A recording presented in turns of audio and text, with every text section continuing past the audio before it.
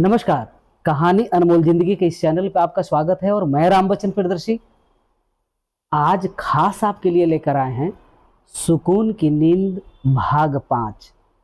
अब ये जैसे ही आप सुन रहे हैं ना, आपके मन में बहुत सारे सवाल खड़े हो जाएंगे।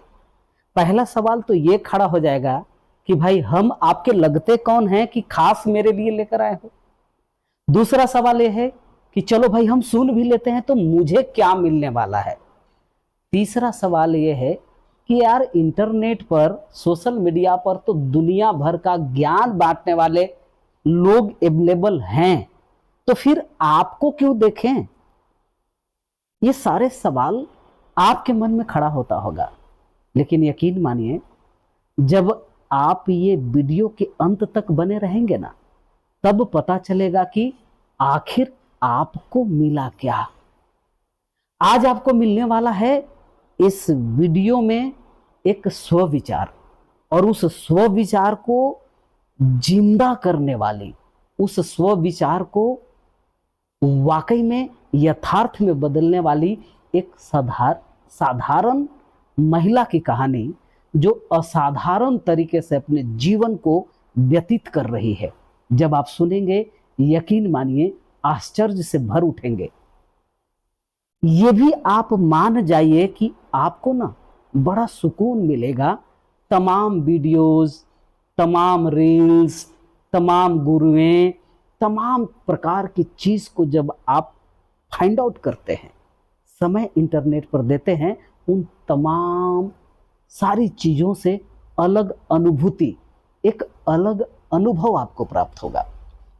तो दोस्तों, आज का स्वविचार है, ईश्वर ने इंसान के हाथ में मन का जो स्टीयरिंग है उसे दिया है, ताकि इंसान अपने हिसाब से मन को मोड़ सकता है, जिधर चाहे मोड़ सकता है, जैसे चाहे मोड़ सकता है।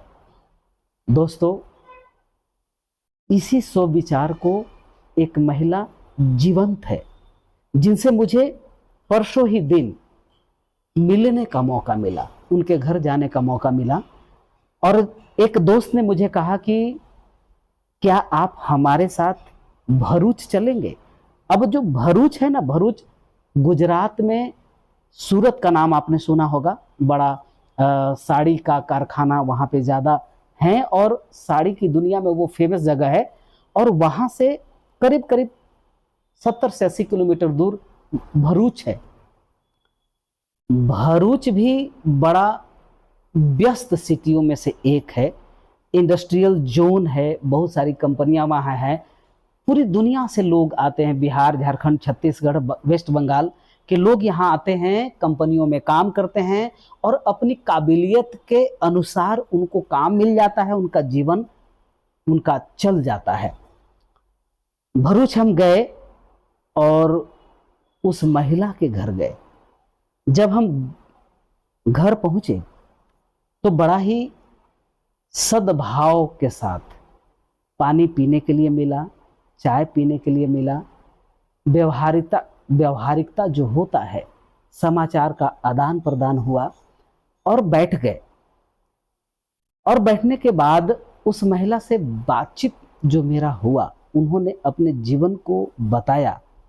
यकीन मानिए, मैं उनके जीवन को आज आपके सामने मैं रखने वाला हूं, जिसे सुनकर वाकई में आप एक सुकून महसूस करेंगे। उस महिला का नाम है कुंती देवी, और ये कुंती देवी झारखंड के लातेहार डिस्ट्रिक्ट के रहने वाली हैं। 1998 में इनकी शादी होती है, तभी इनका उम्र 16 साल होता है। इनके हस्बैंड का नाम भागीरथ था। भागीरथ और कुंती देवी की शादी होती है। शादी के 7 महीने बाद भागीरथ अपनी पत्नी को लेकर भरूच आ जाते हैं। भरूच आने के बाद वो कंपनी में काम करना शुरू करते हैं। 2 साल के अंदर मेहनत दिन और रात, यानी कंपनियों में ओवर टाइम करने के बाद एक छोटा सा झुग्गी झोपड़ी लेते हैं। ऐसे जगह पे झुग्गी झोपड़ी लेते हैं जहां पे बहुत कम लोग, 2-4 लोग थे और जंगल झाड़ जैसा था। तभी उस समय करीब 2000 की बात है। भरूच में उस जगह का कीमत बहुत ही नॉर्मल था। आज तो भरूच काफी डेवलप हो चुका है। तो भगीरथ वहां पे झुग्गी झोपड़ी लेते हैं और लेने के बाद बस छोटे से ईंट से, यानी ईंट का ही सादा तरीके का एक घर बनाते हैं और पतरे से, सीमेंटेड पतरे से उसको ऊपर से छा देते हैं और वहां से शुरुआत करते हैं अपना जीवन। कंपनी में काम कर रहे होते हैं, कंपनी आना जाना, कुंती देवी घर में ही रहती हैं। और इसी बीच में कुंती देवी को एक लड़का होता है। लड़का एबनॉर्मल होता है। ठीक तरीके से उस लड़के का जो ब्रेन है वो काम कर रहा नहीं होता है।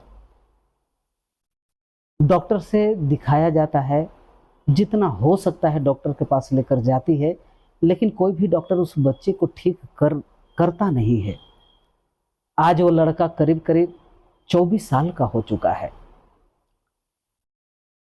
लड़का आज भी उसी स्थिति में है, एबनॉर्मल ही है, नॉर्मल नहीं है, काम करता नहीं है, लेकिन हाँ अपने से खुद से कपड़े पहन लेता है, खाना खा लेता है, लेकिन घर के बाहर कहीं जाता नहीं है, रहता है नॉर्मल तरीके से, अभी रह रहा है।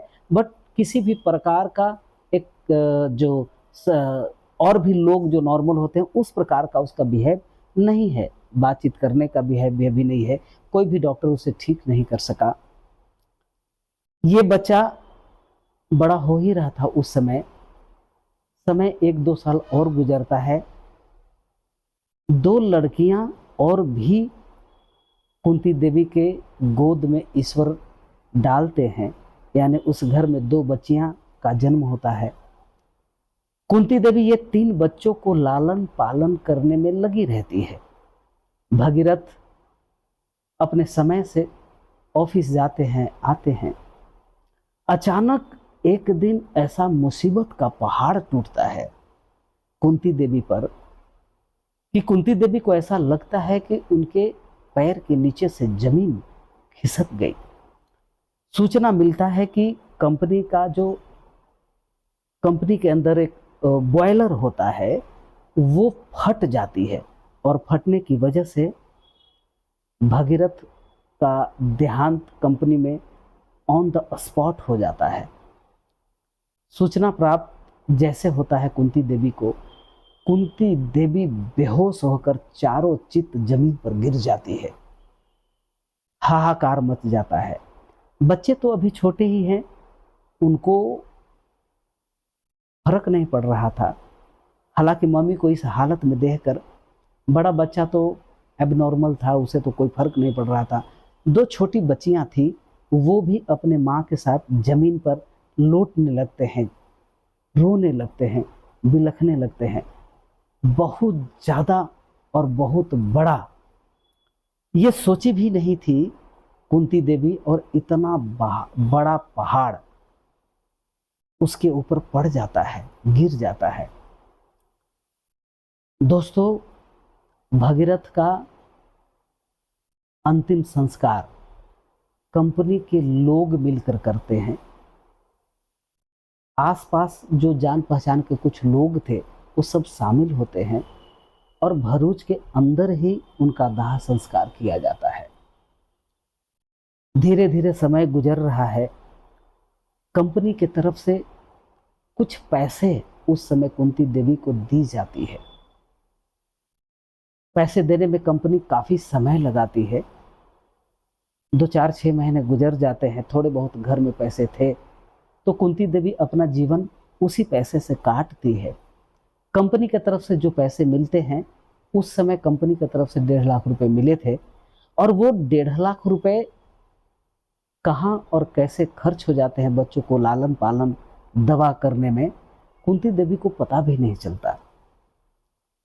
अब समय गुजर रहा होता है, 2-4-6 महीने गुजर गए। जब तक पैसे थे तब तक ठीक था, अनाज चल रहा था, बच्चों का इलाज चल रहा था, उनका लालन पालन चल रहा था। लेकिन पैसे जैसे ही खत्म हो जाते हैं, कुंती देवी अब करेगी तो क्या करेगी। ज़्यादा पढ़ी लिखी है नहीं, कभी घर से बाहर निकली नहीं, कंपनी में कभी काम की नहीं, और कंपनी वाले यहाँ तो भगीरथ के जगह पे कुंती देवी को तो नौकरी दे नहीं सकते। प्राइवेट सेक्टर है, महिला है, हार्ड वर्क को कैसे कर सकेगी। कुंती देवी अब परेशान रहने लगती है, कोई रास्ता दिखता नहीं है। कुंती देवी का मन एक बार के लिए करता है कि बच्चों को लेकर मायके चले जाएं।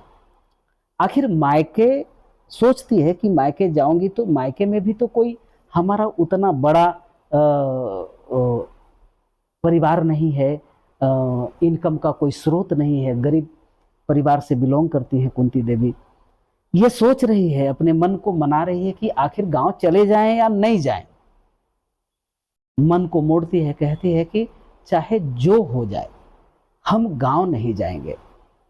ससुराल में भी भगीरथ को देहांत होने के बाद ससुराल वाले भी समाचार लेने से भी कतरा रहे थे कि आखिर 3 बच्चों को कौन देखेगा, कौन जिम्मेवारियां लेगा। कुंती देवी के पास कोई रास्ता नहीं था, परेशान थी, पैसे खत्म हो चुके थे। अब घर में अच्छे तरीके से कोई भोजन भी नहीं चल पा रहा है, 3 बच्चों का पेट चलाना है। आखिर कुंती देवी सोच रही है कि आखिर क्या किया जाए। एक दिन का समय ऐसा आता है कि घर में कोई भी अनाज नहीं, कोई भी सब्जी नहीं, चावल नहीं है, आटा नहीं है, तेल नहीं है। लकड़ी पे उस समय खाना बनाती थी, क्योंकि भरूच में अगल बगल में बबूल का बहुत ज़्यादा जंगल टाइप का था, तो वहां से वो लकड़ियां चुन कर लेकर आती थी और उसी पे खाना बनाती थी। घर में कुछ था नहीं।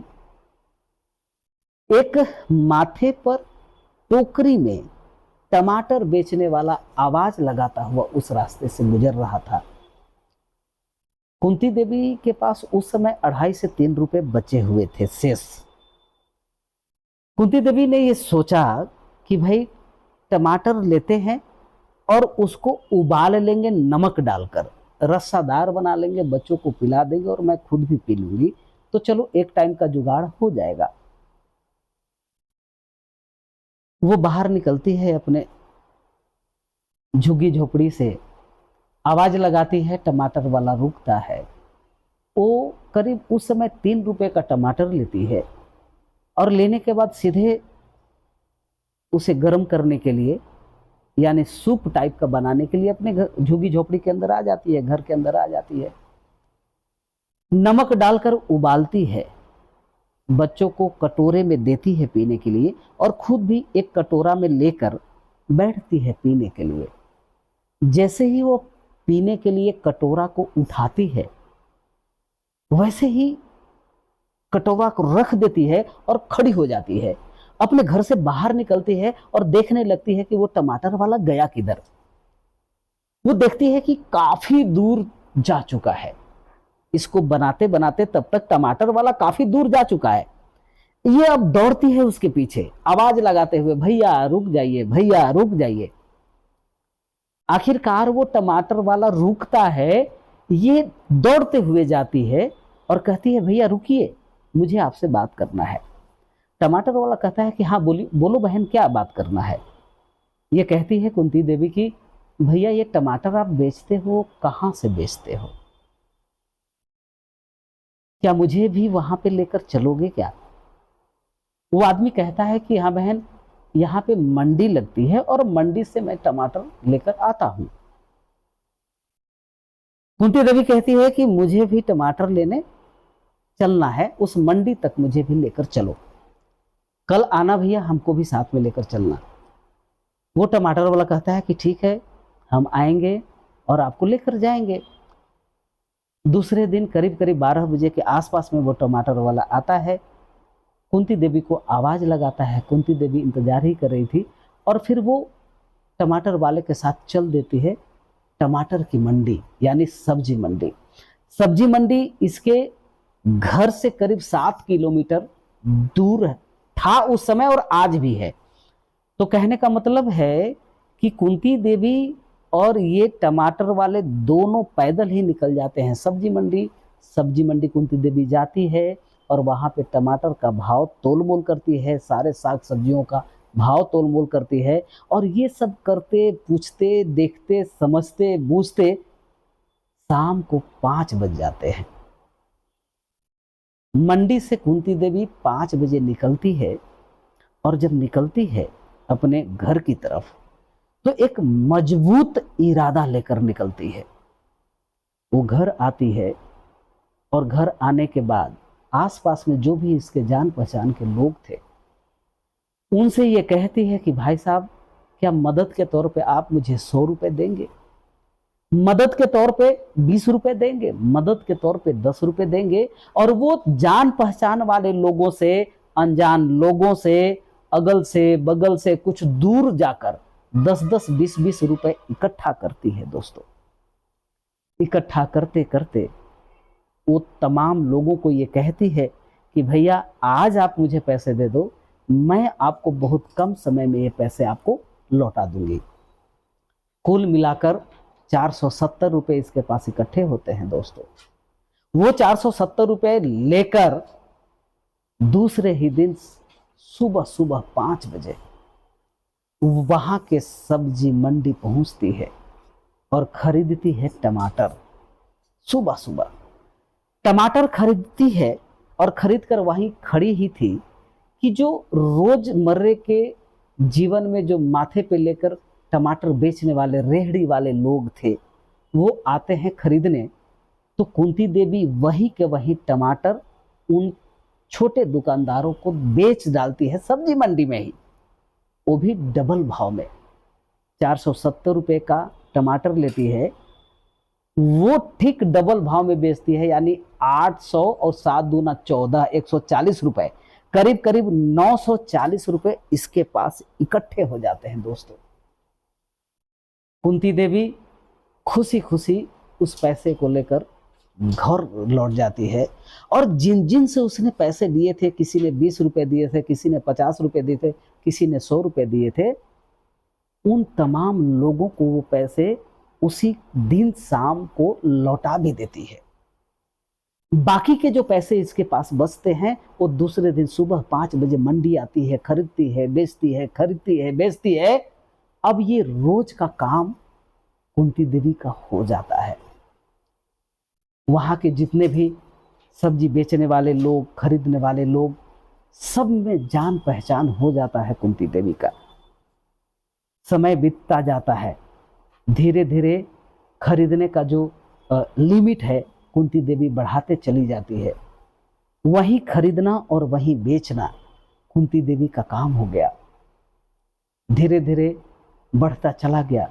घर की स्थिति बदलती चली गई। बदलते बदलते बदलते धीरे धीरे बच्चे भी बड़े होने लगे। अपने घर को, जो झुग्गी झोपड़ी था, उसे अच्छा घर बनाने में वो कामयाब हुई।